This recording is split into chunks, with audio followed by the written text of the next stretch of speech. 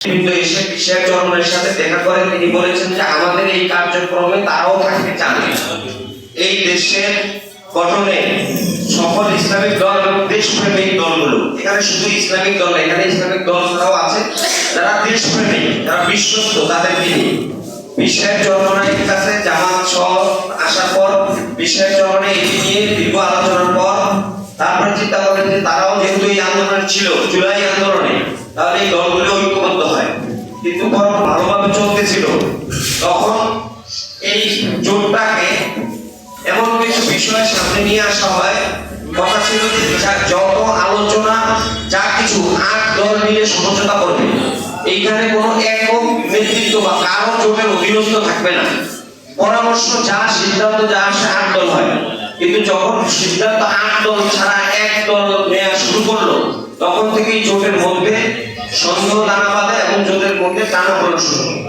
এই বিষয়ে আপনি জামাত ইসলামী এর ব্যর্থতা দায়ভার নিবে। কারণ হলো আপনি যখন এনসিপি কে নিয়েছেন, এলডিপি কে নিয়েছেন, এবি পার্টি আমার বাংলাদেশ পার্টিকে নিয়েছেন, তখন এইটা 8 দলের বৈঠকে আলাপ আলোচনার মাধ্যমে সিদ্ধান্তের মাধ্যমে নেওয়া উচিত ছিল। এটা সমঝোতা করেছি 10 দল, আমরা ভোলাতেও বৈঠক করেছি। জামাত ইসলাম প্রথম থেকেই ভোলাতে বলেছে যে এই আসন তাদেরকে দিয়ে দেওয়া হয়েছে, চরমসরে বলেছেন, এটা বিভিন্ন প্রার্থীরাও বলেছেন, আপনারা সাংবাদিকরা দেখেন এই কথা বলেছেন। কোনো দলের কোনো প্রার্থী বাংলাদেশে ঘোষণা হবে না, আপনারা স্থানীয়ভাবে কেন এইসব প্রোপাগান্ডাগুলো ছাড়িয়েছেন এবং এখনো বলে যাচ্ছেন যে মাঠে তারা নাই, ওই অমুক দল নির্বাচন করবে না, অমুক দল নির্বাচন।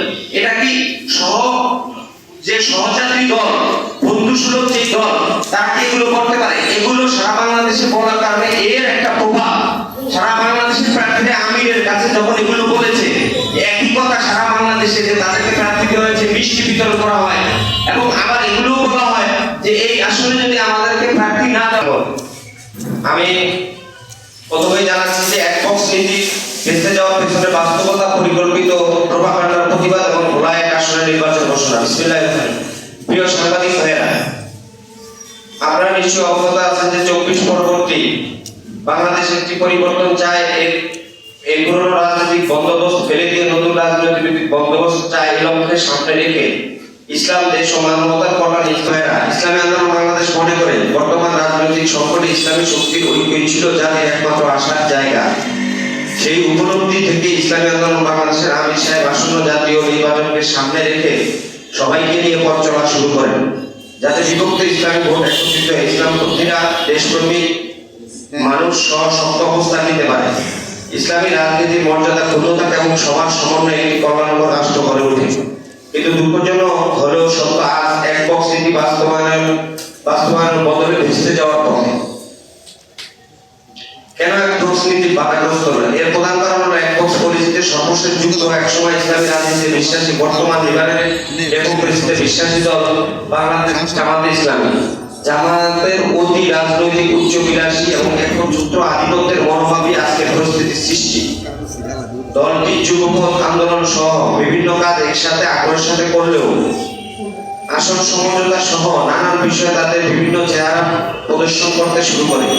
সমঝোতার নামে একতরফা শব্দ চাপানো, আসন বন্টনের নিজেদের দলীয় প্রাপ্তিকে অধিক প্রাধান্য দেয়া, ইসলামী আন্দোলন সহ অন্যান্য দলগুলোকে সমমর্যাদার শরীক না ভেবে অধস্তন হিসাবে বাত ব্যথা, প্যারালাইসিস কিংবা আর্থ্রাইটিস, আধুনিক ফিজিওথেরাপি ও পুনর্বাসন চিকিৎসায় নির্ভরযোগ্য নাম ডিপিআরসি।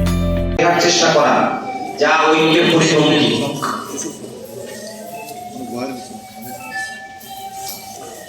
ইসলামী আন্দোলন বাংলাদেশের সাথে বিগত দিনে যা ঘটেছে, বৈঠকের সময় নিয়ে টালবাহানা, সিদ্ধান্তের টেবিলে উপেক্ষা, নামমাত্র কয়েকটি আসন, তাও ইচ্ছাকৃতভাবে অন্যদের সাথে সংঘাতে জড়ানো, মিডিয়ায় পরিকল্পিতভাবে মিথ্যা অপপ্রচার, এনসিপি সহ কয়েকটি দলের সাথে গোপন বৈঠক, বিএনপির সাথে জাতীয় সরকার গঠনের ঘোষণা, এমনকি ভারতের সাথে গোপন বৈঠকের খবরও প্রকাশ পেল।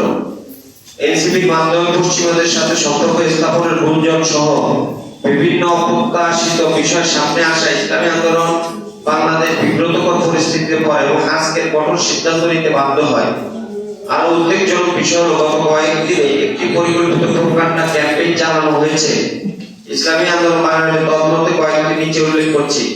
ইসলামী আন্দোলন বাংলাদেশ 150-200 আসন চায় টাইপের কথা বারবার সামনে আনা হয়, অথচ এমন কিছুই ঘটেনি। হ্যাঁ, বা দেশব্যাপী জরিপ চালিয়ে সম্পর্ক 143টি আসনকে এ গ্রেডের উল্লেখ করে আলোচনার টেবিলে রাখা হয়। চক্রান্ত হিসাবেই দেখছে, কিন্তু আমরা অবাক হয়ে লক্ষ্য করলাম এমন গোপনীয় গুরুত্বপূর্ণ বিষয়টি মিডিয়া চলে আসলো। ইসলামী আন্দোলন বাংলাদেশ এটাকে ওই টেবিলে থাকা লোকদের চক্রান্ত হিসাবেই দেখছে। পরবর্তী ঘটনা প্রবাহ এর সপক্ষে শক্তিশালী দলিল হিসাবে কাজ করেছে। যেমন ইসলামী আন্দোলন বাংলাদেশকে প্রশ্নবিদ্ধ ঘাটো করে দেখানোর জন্য বারবার কৃত্রিম জরিপ ছড়ানো হয়েছে, যেখানে ইসলামী আন্দোলনকে ইচ্ছাকৃতভাবে নবান্ন দেখানো হয়েছে, অথচ জরিপের কোনো পদ্ধতি, নমুনা বা গ্রহণযোগ্যতা প্রকাশ করা হয়নি। শরীফদের বিরুদ্ধে জামায়াতের নেতৃবৃন্দ, কর্মী, সমর্থকরা আরেকটি ন্যারেটিভ দাঁড় করিয়েছে যে জিততে পারবে না। ন্যারেটিভ ছড়ানোর উদ্দেশ্য কর্মী ও সমর্থকদের মনোবল ভেঙে দেয়া।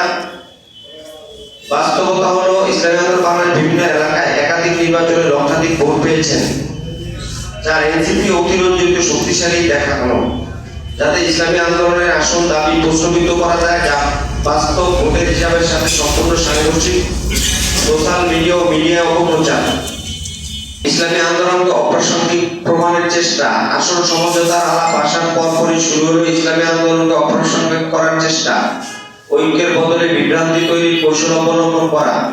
এই সবকিছু মিলিয়ে স্পষ্ট এগুলো রাজনৈতিক মতপার্থক্য নয়, বরং পরিকল্পিতভাবে ইসলামী আন্দোলন রাজনীতিকে নাই করে দেওয়ার চেষ্টা।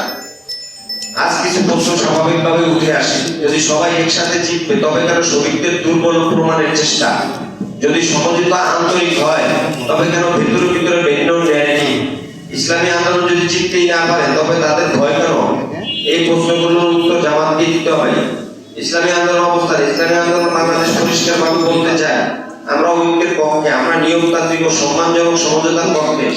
আমরা ইসলামী রাজনীতিকে একক মালিকানায় পরিণত করার বিপক্ষে। ইসলামী আন্দোলন কারো করুণা বা দয়ার রাজনীতি করে না। ইসলামী রাজনীতি দেশ ও মানবতার কল্যাণে আগেও ছিল, আগামীতেও থাকবে ইনশাআল্লাহ। আমাদের আজকের এই সংবাদ সম্মেলনে আসে আপনাদের প্রতি আন্তরিক মোবারকবাদ জানাই। আমরা আশা করি আমাদের পাশে সবসময় থাকবেন। ধন্যবাদ।